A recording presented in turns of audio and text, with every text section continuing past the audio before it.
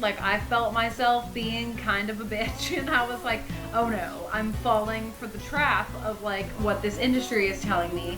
And I was like, maybe if I just start a community, like, that will help eliminate that feeling, like, within me and maybe within other people as well. Like, if we just hang out and realize that everybody, you know, has something to offer, and that we all are working hard and doing our own thing, and that there's space for everyone, then maybe that would sort of eliminate that feeling. And so that's really what it's about. Welcome back to another episode of On the Porch with Front Porch Music with Logan Miller and Jenna Weiser. We had an awesome chat with Nicole Rayy this week. She is an Ontario-based artist, well known for supporting women, empowering women, giving women a platform through all women music. How many times can you say women in one sentence, Jenna?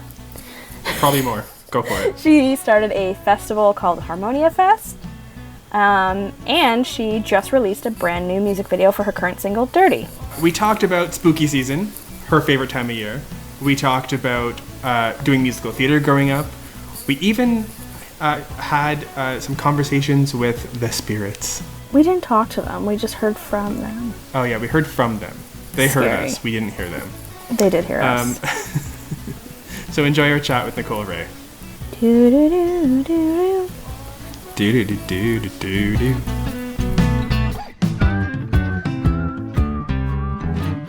Thanks for having me. Yeah, welcome to the porch, to the rainy porch it is today. I know, although I kind of love Don't fall say it. more than I know. No one wants to say it since there's still summer left, but I'm kind of excited about the cold weather. No. I know. Yeah. I mean, Jenna's not happy about it, but I'm okay with it as well. I'm a summer baby. I'm wearing my spooky sweater, not that anyone listeing knows, but... Oh yeah, you are wearing a spooky sweater. For spooky season already. You literally joined and I saw it and I was like, for God's sakes. I'm ready for fall. Let's go. That's funny. Why don't you tell us a bit about yourself, where you're from, who you are, how you got to where you are. Start right from the beginning. How long do we have? Okay, right back to the start. We can edit, so go as long as you need. Well, I actually always tell this story, but my mom always used to make jokes growing up that, like, apparently I tried singing before I tried speaking. Like, I tried to, like, make up songs as a baby, apparently. So, it goes way back to me being a baby that music was in my blood, and I was always, like, that girl growing up that was in, like, all the school musicals and the choir. I was never popular in school. And me neither, but the trick to that is going to an arts high school, which is what I did. And then all of a sudden you're cool. My high school turned into an arts high school the year I was leaving, so I was a little disappointed about that. I never got the experience of that. I was always the uncool theater girl, but I never really cared because I just loved it so much. And I ended up, after I graduated, going to university for a year. And then I was like, you know what? I don't really want to study. I want to make music. So I quickly dropped out of school in pursuit of music. And here we are 12 years later and 4 albums later. So yeah, it's been quite the journey. A whirlwind. Can you tell us about, like, your favorite musical? I picture, like grade 2 Nicole in a musical. So like wee little Nicole in a Halloween musical in her little witch hat or something. Yeah. Oh my God, I wish we did a Halloween themed thing. You should be in Wicked. So cool. Right? I love Wicked. I went to see it with my parents and I was like, can we go back and see it again like 10 more times? And I would always in college, like, or university when I went for 1 year, like, in my dorm, I lived in this hotel, actually. They rented out floors, like, to students as a res, because I went to Ryerson and they didn't have a lot of student res. And there was just, like, me in the halls of the hotel singing Wicked songs and, like, probably annoying all of the people that lived on the floor. Wait, you lived the sweet life, sort of. Right? Zach and Cody. How does that actually work out? Like, do they put, like, multiple floors of students and then regular hotel guests? Because if I were the regular hotel guest, I'd be pissed. Right? I'm pretty sure most of it was for students. It was like Okay. the second floor to like the 15th floor was for students, and then like the top 5 floors were still used for hotel guests. But it was pretty much just like a free for all of students. Oh my Ugh. gosh. Yeah, I feel bad for anyone who stayed there. That's what I'm saying. Wow. Was it haunted? What hotel was it? I don't know. I feel like I wasn't like as in tune with that kind of stuff in those days as I love to be now. So I don't know, and I never heard any stories about it being haunted. But now I just love that stuff. I have this app on my phone. It's like a spirit talker thing, and you can turn it on, and it like reads frequencies in the room, and then it'll like come up with different words. So it's like ghosts are talking to you. It's so No fun. thanks. That no. I would literally rather. No, maybe I'd get curious sometime, actually. No, I would no. Mm-mm. That Just run. that sounds like my nightmare. Quite literally a nightmare. Could be. But yeah, I mean, it can be a little creepy. Yeah, no. My brain is busy enough. I don't need that as well. Who is in the room with me? Right? I thought I was alone. Jenna? Right.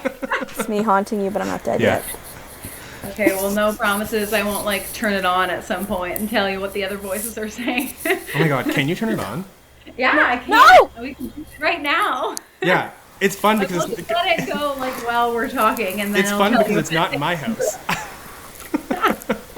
Okay, we'll put it on, What if it can pick and up then we'll the just like let it work while we're chatting. I'll tell you if any words come up. Oh my god, I'm so I'm scared. excited and so scared at the same time. It's so fun. I obviously get into this stuff a lot with Sam Dabbs, who is one of the writers of Graveyard. And she's like a big writer right now, writing for lots of independent artists. And like she loves this whole witchcraft thing as well, obviously writing in that kind of realm. And like we do this when we're together all the time. And we watch like Paranormal Files and everything like spooky. No, that's I mean, I terrifying. guess- That's not funny. That's terrifying. It's a bit of a derail from where we were going to go from this conversation, but when did all this love for the spooky season come into effect? Oh Like, my how goodness. did you kind of fall into it? Like the season fall? Good one. No, it wasn't. I like a corny pun, so I like it. You found your audience, Logan. I've always like the Jenna dress is going to up be girl. leaving this conversation.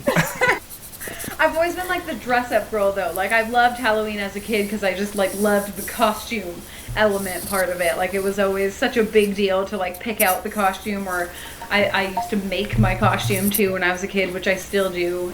Damon and I are huge into like our couple costumes, and we go thrift and like go all out. So originally I feel like the love for Halloween was like just about the costume, but then I just started getting more into like the spooky realm world, and like more importantly, it's I really wanted to be able to sort of bring that into my music, because I mean, like we all know artists have Christmas albums and Christmas songs, and you can put like celebrate that kind of music during that time of year. And I was like, I really just want to put out music like during Halloween. Like I want that to just like I want to have a Halloween album, because I just think that would be so cool. And so it was just about like trying to figure out how to match that with my music, not just a side hobby for spookiness. So obviously that kind of started with putting out my song Graveyard last year, and then I've sort of been in this realm of writing like a bunch of what everyone now is calling murder country ballads. I have a lot in that realm that I've written, and I'm kind of excited to explore that sort of subgenre a little further. Like leaning into your Earl had to die situation, or Right? Yeah. Exactly. Okay. Yes. Okay. Yeah. I wrote a song recently, kind of inspired by Yellowstone. Do you guys watch that show? I tried. And I know this No? is such an unpopular opinion. I watched like the first 4 or 5 episodes. It should be a show that I would like. It has everything that I love. But I couldn't get into it. No. Okay. No. Well, like in that show, when they're like gonna murder someone, they don't just say that. They say like, "Oh, I'm gonna take them to the train station." So I recently wrote a song called "Take Him to the Train Station," which is basically just code for "He's got to go." Oh my bachelorettes are gonna turn into like, in theory, if we killed your fiance, or like, if your husband didn't make it to the wedding. I mean, these far? murder country songs are going pretty far now, but somehow I feel there's still like a double standard in favor of women, which like doesn't normally happen. That like women can get away with saying that, whereas Yeah. I feel like if that song came from a male, I would be actually worried. Well, because like the men who do sing that are kind of like they might actually do it. Right? Yeah. Somehow it's funnier coming from a woman. Oh, my spirit talker just said there's a group of us, which there is a group of us right here, so that's creepy. Okay, turn it There's off. also a group of spirits apparently in here. They're just joining in on the fun. Right? No bad talking them. They want to I write don't wanna murder know. country with you. Right? Yeah, they're down for this genre. You got it. So You got it. Sorry, I'm still on this. I'm thinking about Carrie Underwood and like 2 black Cadillacs and how yeah, subtle but not subtle it is. not Right? subtle. No. But she can totally get away with that. And I feel like, yeah, women are kind of leaning into this genre a little bit now, which is, I'm here for it. Well, if we're not gonna play the men on the radio, let's kill them, and then we'll get on Right? Kidding. I'm kidding.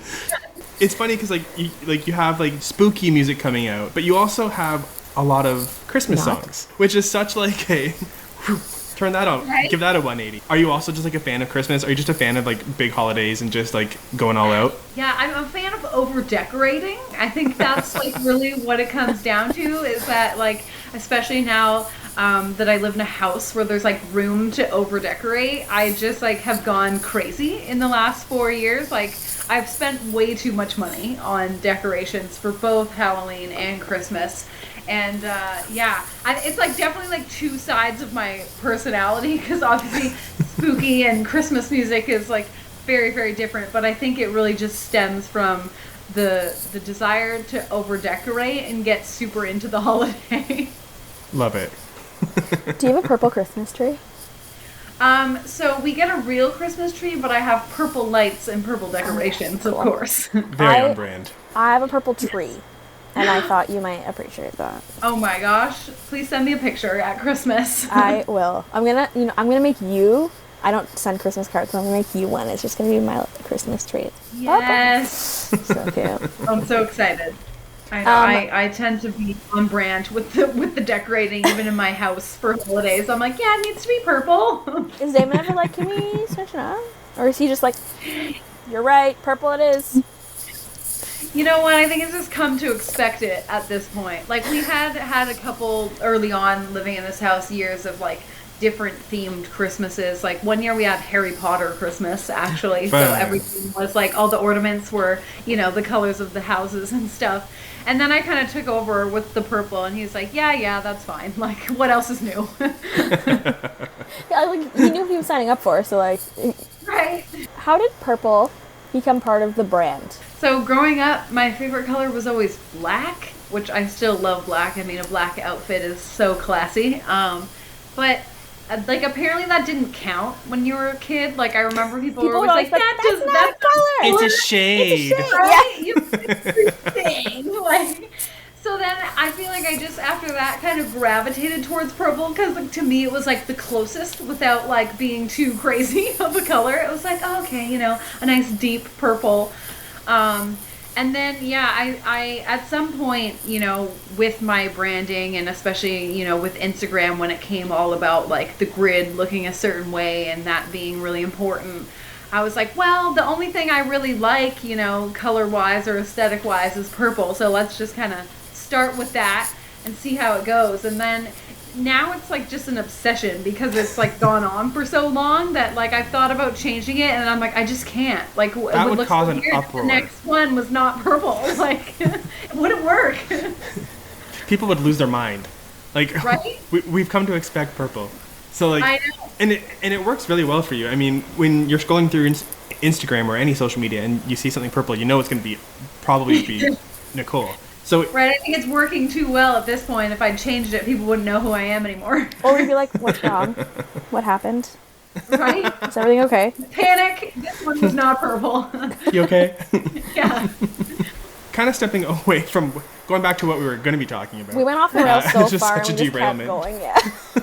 You just had your Harmonia Fest. Tell us a bit about that. So for those who don't know, tell us, the concept behind it, the reasoning behind it, and how it became your little baby. So it's a festival that is an all-female festival, supports females and non-binary artists in country music. And it started really because one year, I think it was 2018 or 2019, I was like sort of waiting for, the festival lineups to come in that year. And I was actually in Winnipeg for a show, and some big festival announced, and there was like no females on the whole lineup, or like one. And I was just so frustrated at this point, because obviously this has been a little bit of a pattern in the festival world. And so I just remember calling up my mom and being like, this is ridiculous. Like, what are we going to do? I'm never going to get on a show if they're all going to, like, they just want males all the time. Like, there has to be something to do. I was like, I'm just going to start my own thing. And she was like, okay. And, like, I thought she was going to be like, well, this is crazy. Like, please talk me out of it. But, no, my parents were like, okay, well, what do we need to do to, like, help you make this happen?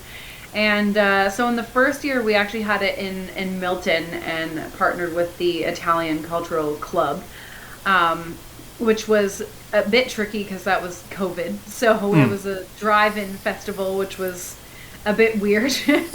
Those were so weird when that was a thing, and everyone was like weird. honking at you instead of clapping. Yeah, you performed at the CMAOs during one of the drive-in years. Yes. That was so weird. Sorry, not your performance. The performance wasn't weird. Yes.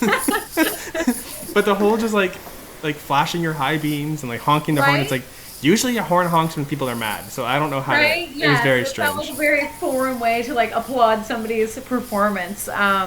But yes, we kind of made it work through COVID, and then I met Maddie Corinne, who's another artist and songwriter. I met her in like a songwriting group chat thing during COVID, when we were all Zoom writing, and she works at Brooks Farms, which is of course the venue that we've had it at for the last 3 years. And she has a close relationship with the people that own the farm, and they were looking to have more live music there and trying to sort of get that started at their venue. And so I came in and I was like, hey, I want to host a female festival. What do you think? And they were super on board, and of course have welcomed us back every year, and including this year. They built a brand new barn event space, so they're going to have live music in the winter as well now as in the summer. And it has a beautiful patio, and it was just like the most gorgeous setting and the best Harmonia Fest we've had yet. So I'm excited to go forth with that new addition to the venue, and we've already set a date for next year, so no excuses. Everyone put it in your calendar now, August 17th, and we'll see you in 2024 at Harmonia Fest. I'm putting it in my calendar right now. I literally just pulled up mine too. I was like, let's put this in the shared calendar. Yay! Because this year was burnout, just period. Last year, you guys have been busy. last year was moving, I remember. Oh And yes, Logan I was at remember you were moving on that day. Literally, and Logan was at a wedding, I think. I'm so over weddings. This year we were like truly love. ourselves. True love, go music, let's go. Seriously, this year we were trying to talk ourselves. We're like, we can do this, like we can make. And then I was like, I literally can't. And he's like, no. But see, then you spend the rest of the year. It's in my calendar now. Yay, perfect. Did you share it? No. But you spend the rest of the year like waiting for festival season at the same time. So you're like, right? What are some of the things? Like, I don't know how many people are thinking like I'm gonna start my own festival, because that seems like a huge undertaking. What are some of those things that you didn't think before, like you didn't know before you did it, that you were like, holy, this is a lift? Oh my goodness. Well, first of all, like when I was originally thinking about doing it, it was like, okay, we're gonna have this like in a field somewhere. But then it was like, okay, then I have nothing. Like I have to figure out a bathroom plan and electricity a food plan and like, an everything plan. And I was like, well, Parking, you know what? That yeah. seems like too much work.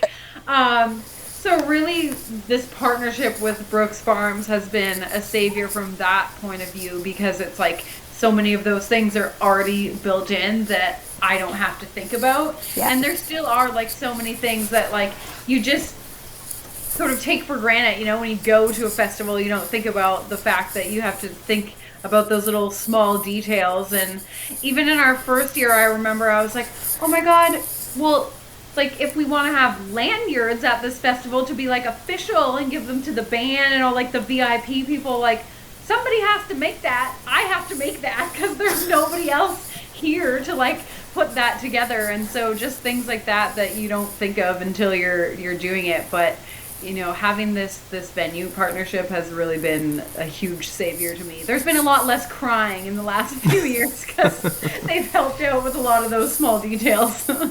That's fair. Very important. What's the biggest difference between, other than honking cars and COVID, what's the like biggest difference between your first Harmonia Fest versus this year's? The people that I have involved to help with some of the jobs that I'm not very good at, because in the first couple years we ran all the sound by ourselves, and that was a thing that I should never do because it's a lot of work. And I'm not a sound man, so I don't know how a lot of things work. And I mean, I had helpers, you know, helping out. But this year we had our wonderful sound man, Dan, who like brought in all the equipment, set it up, ran it for the whole day, you know, packed it up. I didn't have to do any of that. And that has been a true blessing between the beginning and now.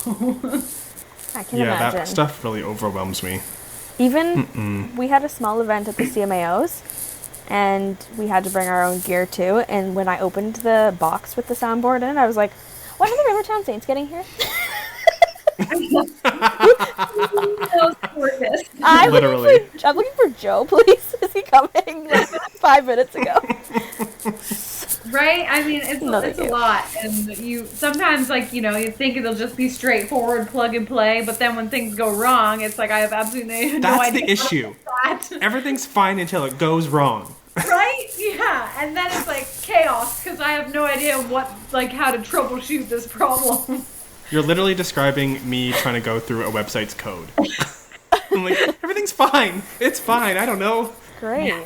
Well, speaking of exciting things, kind of like that, it was announced this year that you have been nominated, or what's the word? Voted? You're on the board for the CMAOs. I've been chosen. You were voted in as on the board of directors for the CMA Ontarios. Yes. Oh my gosh. And congratulations. Sometimes I'm like, why did I sign up for more work than I don't have time for? But no, thank you very much. I'm really, really excited, and especially just from the point of view of an independent artist, because our independent artist community in Ontario is huge now, like massive. I mean, when I started out, there was a lot of us as well, but now I feel like it's quadrupled. Yeah. So many You're people. all multiplying. Right? I think during COVID, too, like a million more people decided to take up their dreams of... Which is great. Become singers, right? But I think, you know, maybe the board was not prepared for such a massive growth in independent artists, that they just don't necessarily know how to service those people, and there hasn't always been an artist on the board to kind of be the voice for those people. So I was actually thinking that. Yeah, I was thinking that on my drive home today, because I was like, I can't recall any member of the board who was also an active artist. Because like there have been other artists before on the board at one point. Right. Well, like early Runaway Angel days, but that was like in like what 2015, 2016 or something like that. So it's been a really long time since there's been an active artist on the board. Why do you think it's so important to have an artist, especially an independent artist, part of those kind of conversations and in those spaces? I think because maybe like the other people on the board, is, you know, as hard as they're working to do their part, they just don't necessarily understand the artist's point of view. Like, I think it's really hard to explain, you know, the journey as an independent artist and sort of the struggles and what, you know, we're going through, or where we're like sort of falling through the cracks in our organization, not sort of fulfilling what we need. And I think it's really important to have the artist's voice in there. And I think the board is looking for that more and more. I mean, I know during our annual general meeting this year, there was like a call out for, concerns, and a lot of people spoke up. And I think that's going to help going forward, because I feel like they were kind of lost. Like, we don't know what you guys actually want us to do here on the board. And so I'm hoping I can kind of be the middleman a little bit and sort of translate the artist's needs. What they need, what we can do. Nicole being like, well, we have to meet somewhere in the middle. We have to... Wait. It's interesting too, because like this is me saying it, but having no evidence, but knowing the majority of artists that are part of any of these associations are independent. That's just the way it is, yes. Right? So it's interesting that's not something that's already top of mind. Yeah, it could just be because the community has expanded so much, but yeah, maybe they just didn't know what the independent artists were looking for, but hopefully we can solve a few problems going forward. You joining the board also speaks to something too, because I'm sure it was an easy decision for most people. Well, I'm glad I had the support for people voting, but yeah, I imagine that was people's thought process too. Like, maybe they had thought about it before and then just didn't run, and they were like, oh, another artist, somebody to say something. Somebody else can do it. Right? Yeah. You can do the hard work. We'll tell you, and you can tell everyone else. Let's go back. We were talking about Harmonia Fest earlier. Harmonia Fest is part of a greater initiative that you've started and have been growing over the last few years, All Women Music. They were born out of the same concern. Tell us about the All Women Music community. Yeah, so that originally, like you said, of course, the same concern. I was starting it because I wanted to support and give more opportunities to women in country music. But it was also because I feel like this industry just does a really good job of obviously making women feel like they have to compete against each other because there's only one spot for one of us. So it's like everyone else, you gotta punch everyone else out to get to the top. I mean, there's room for everyone, and the amount of talented women in Canadian country alone is insane. So I don't know why we're still holding people back from those opportunities. But I was kind of buying into it at some point. I felt myself being kind of a bitch, and I was like, oh no, I'm falling for the trap of what this industry is telling me. And I was like, maybe if I just start a community, that will help eliminate that feeling within me and maybe within other people as well. If we just hang out and realize that everybody, has something to offer, and that we all are working hard and doing our own thing, and that there's space for everyone, then maybe that would sort of eliminate that feeling. And so that's really what it's about. Obviously, it's a show that I host once a month to give performance opportunities to artists, but it's really about building that community and kind of having more of a safe space to be like, hey girl, I got your back, you know what I mean? And not feeling like we gotta knock someone out. Since the CCMAs are right around the corner, which I can't believe. It feels like we just got home from Calgary. How did we get here? Literally because I was sitting in this room. I came home and came to this house, so I'm tricked. But you did this last year in Calgary, and you're doing it again this year. You've partnered with the Blue Jay Sessions and Dan Clapson and that team to host the All Women as part of the Blue Jay Sessions as well, right? Yes, I know. Thank goodness for Dan. That man works really, really hard to put together a lot of opportunities for artists, and especially independent artists as well. And we have a really, really cool venue in Hamilton, of course, called Capri Restaurant. It looks so cool. It looks if you haven't, so cute. go check out some pictures. And yes, the Blue Jays / All Women will be Wednesday, Thursday, and Friday, so 13th, 14th, and 15th of September. And the All Women portion will be the Thursday, so we have 4 different songwriters rounds, and then we're ending the night with a full band jam party, which will be really, really fun. And there's also going to be live karaoke with the band if any artists want to come sign up and sing a song. Jenna?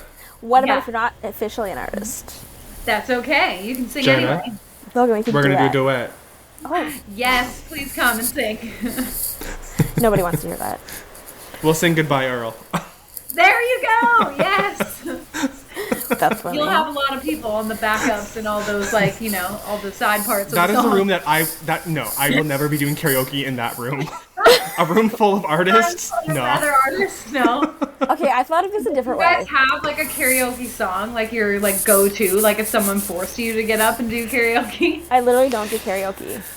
The only times I ever do karaoke is when I don't really remember. That's fair. But I have definitely sang Goodbye Earl. I know that for a fact. Yes. Well, great choice. Love it. Don't change a thing. I can imagine. Oh no. Oh no. Maybe Scary. you'll get a live viewing of it. But There if you we go. start singing, here's the thing. Charlie Puth reminded us that even bad singers sound good when 1,000 people are singing at the same time. You know what? That's true. True. So, Good point. So we'll just We'll have a go whole group number. Marianne and hold the mic Right? up. Yeah. Just move the mic around and we'll just have a whole group performance. yes. Also, Love no, we need to stop. We need to stop. So going back, Signing off. yeah, Okay, fine. going back a bit to the all women initiative, getting us back on the rails here, We've gone off a lot. which is where the fun happens. Right? But yeah, so for all women, how has the reception been to that? Has there been, like, within the industry, has there been like some weird pushback, or like has it been fully embraced as it should be?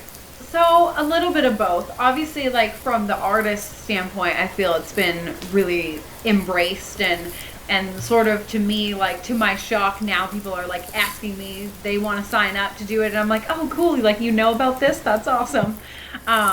So that's been great, and obviously I've had support, you know, from people like Dan who want to partner with me in the industry and put on these showcases. But sometimes, and like I could totally just be making this up in my head, but like sometimes I feel like there's like a little quiet voice over here that's telling me that like some people in the industry are mad about what I'm doing, or like I don't get picked for other things because they think I'm all about doing women stuff and I'm like anti-men, which is obviously not like what this is about. But also, at how all. ridiculous.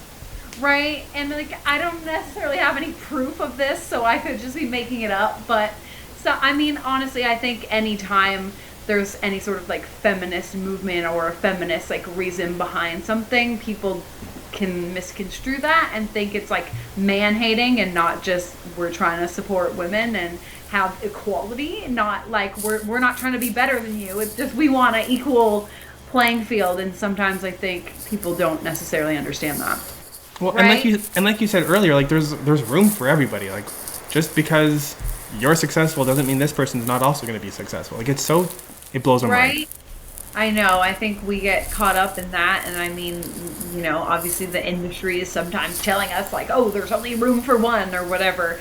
And so it's easy to kind of get caught up in that. But, you know, there's so much talent and everybody brings something uniquely their own, that there's no reason there can't be space for lots of different artists. And I think that's, you know, where I get the excitement out of doing it, and why I'm proud to do it is because, you know, sometimes for me, even thinking about my own career, I'm like, if things, you know, never go to the place that I like quote unquote want them to go with my own career, at least by doing these kinds of things, like I'm opening up doors for people who come after me, and like that is leaving such a different mark that I had no idea that I was going to be a part of in this industry, and that is really, really special. 100%. Well, you should be proud about that. That's really cool. Yeah. Thank you. Wait, before we move on, what's your spirit microphone doing? Oh my gosh, I forgot. Oh my god, it said so many words while I wasn't paying attention. That little feeling, like voice that you said you were hearing, was that actually a spirit? Oh, well, it said here, visual, year, castle. So I don't know what to do with any of those words, but it's picking up something. How fun. Jenna looks distressed. I'm like a little less scared than I thought I was going to be. Earlier this year, you released your album Now and Then. And everyone who's now hearing that can picture the purple tint on that front. Why don't you tell us a bit about releasing that album? So for me, this was a really cool project because over the last few years, and I mean, I think everyone sort of feels this way, that we're less of an album world now. We're more of, the singles world in music. And that album was sort of a collection of singles that I had put out over the past couple years. But some of the ones that have done the most for me and sort of like moved the needle forward a little bit for me and got me more opportunities. So it kind of felt like a cool, like, best hits of Nicole Rayy so far album, which was really awesome to just kind of have that all in one place, especially because I'd been playing these songs a lot over the last couple of years. And then, of course, you go to a show and people are like, where can I get this album? I'm like, sorry, I have 3 other ones, but none of these songs are on them.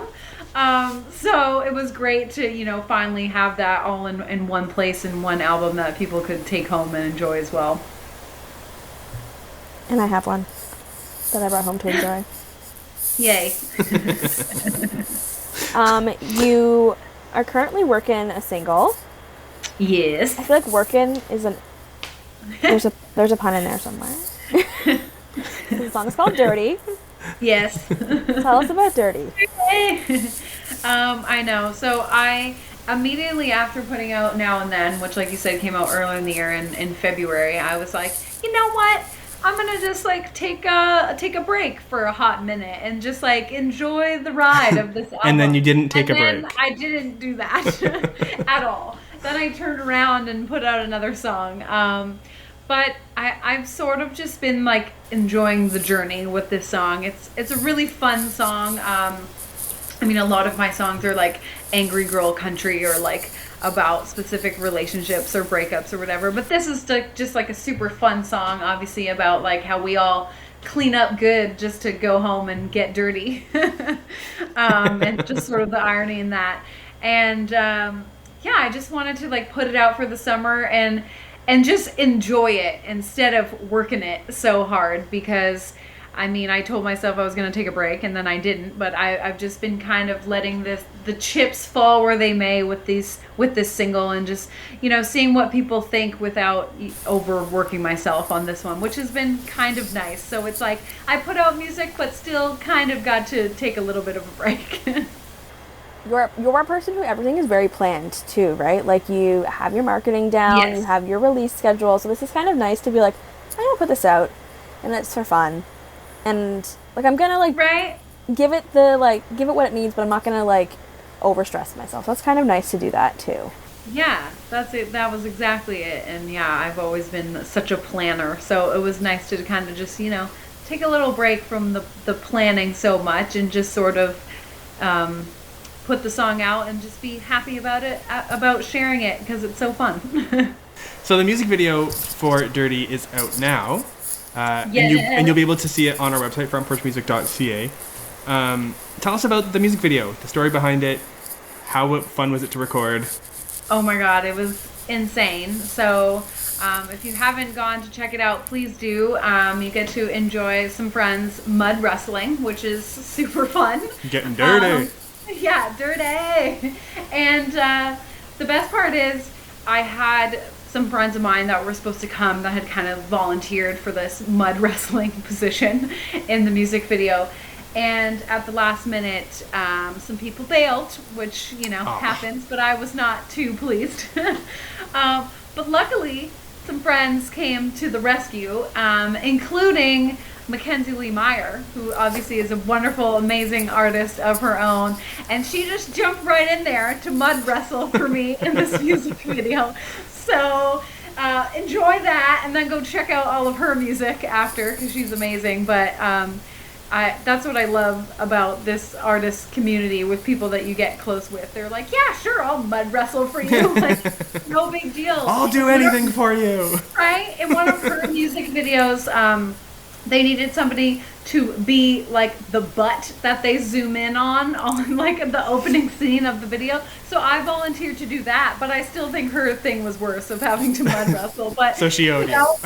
We just volunteered to be in each other's videos, which is so much fun. And Jessie T is actually in the video as well. You should go check out her music as well. She played guitar in the band because we have like a performance scene with the whole band. And I was like, I need a cool chick.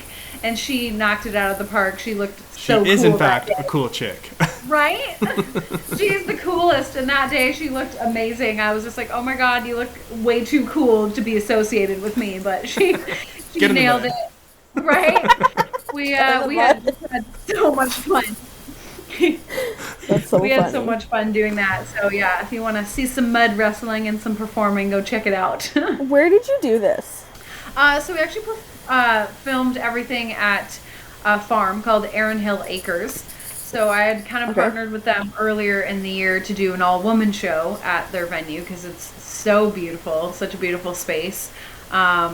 They're open. They used to be just a Christmas tree farm, but now they're open all year round. So they've got like the lavender, sunflowers, pumpkins, and then of course the Christmas trees. And so we went there because they have this beautiful purple couch out on like their little deck for you to take pictures with. And of course that was calling my name to go take a picture with the couch. So we went there and just met the owners, and they're just a wonderful family. And I was like, hey, do you mind if we film something here and just mud wrestle? And they were completely on board. So thank goodness for that, because otherwise I don't really know where we would have been okay to film. Like, hey, Mom and Dad, can I tear up your backyard? Do you mind? Right? Yeah, that would not have gone over. Mom is like very anal about her grass, so that would have been a no for sure. No bueno. No way. So is Dirty part of an upcoming project that you're going to start working on, or is it a one-off and you're going to take a little break for real, or what's the plan? Nah, no break for real. I was just kidding. Who was she kidding? Right? So actually, it is, and I have a couple other things that I've already we're in the process of recording. Some things I've already got, like the bed tracks and stuff ready to go. So for me, a lot of my earlier music has been very pop country. I write well in that vein, but personally, I don't think I sing well in that vein. Country rock has always suited my voice a lot better, and that's where I feel like I thrive. Even like when I choose cover songs, I'm always in that realm and not really in the pop realm. So I feel like I've finally decided to go on that route and do what I feel like is serving me best as an artist. So everything coming up is going to be a little more on the country rock side, a lot more bluesy. I think we got kind of, you get a taste of it with Dirty. It does kind of have that swingy, bluesy kind of vocals, and everything going forward is going to be more in that realm. Not to be like when, because you are working a single that's literally 1 month old, but is this a New Year? New Year? Yes, so I was going to drop another single in the fall, but I've decided to hold off on it until January because in the same breath that I'm saying pop is not my thing, I am actually going to be doing something kind of fun for spooky season because people loved Graveyard so much, especially the world of TikTok, so thank you to all the witch talk ladies out there. But we wanted to have kind of a remix of the song, so we're gonna have kind of like a poppy dance version of Graveyard coming out in the fall, you know, so you can like jam to murder ballads in the club as well. I got a graveyard. Right? So yeah, I'm just gonna one-off pop and then go right back to rock. That's funny. Send that so right funny. to all the DJs out there. Right? Yeah. But I mean, we had a lot of love on the song, and I just felt like it wasn't over yet. Like I felt like it was like too short-lived. You know, spooky season goes by pretty fast, although people have been listening to it all year round. It actually had the most streams on Christmas Day, weirdly enough. So people were in of depressed people. Murdering mood on Christmas You know what? Day. Honestly, that's fair. My family was stuck here in a snowstorm. Relatable. Right? I was also in a murdery form. Right? So, I mean, makes sense. But, yeah, I just kind of wanted the song Just kidding, to Mom. I love have you. another life. She doesn't listen. So yes, we're just giving it a life part 2 on this song, and just kind of Fun. seeing where it goes with this other version. That's just kind of a surprise thing, and then I will obviously start promoting new music in the new year. Amazing. Thank Well, you. Nicole, we're coming up to the end here. Where can people find you? You can find me, my website is www.nicolerayy with 2 Y's.com, and then all my social media is at Nicole Rayy with 2 Y's music. If you found purple, you have found me. Yep. You found Murder Country. You've also found you her. found me. Thanks for listening to another episode of On the Porch with Front Porch Music. We're so lucky to be able to chat with artists and make episodes like this one. If you like the podcast, remember to rate and review us, and subscribe so you don't miss an episode. It's the easiest way to support the show. Remember to check out frontporchmusic.ca to keep up with new music releases, exclusive artist interviews, and more. We'll catch you again on The Porch in a couple of weeks. On The Porch is hosted by Logan Miller and Jenna Weiser, and produced and edited by Jason Saunders. That's me. Our theme song was written, produced, and performed by Owen Wrigley.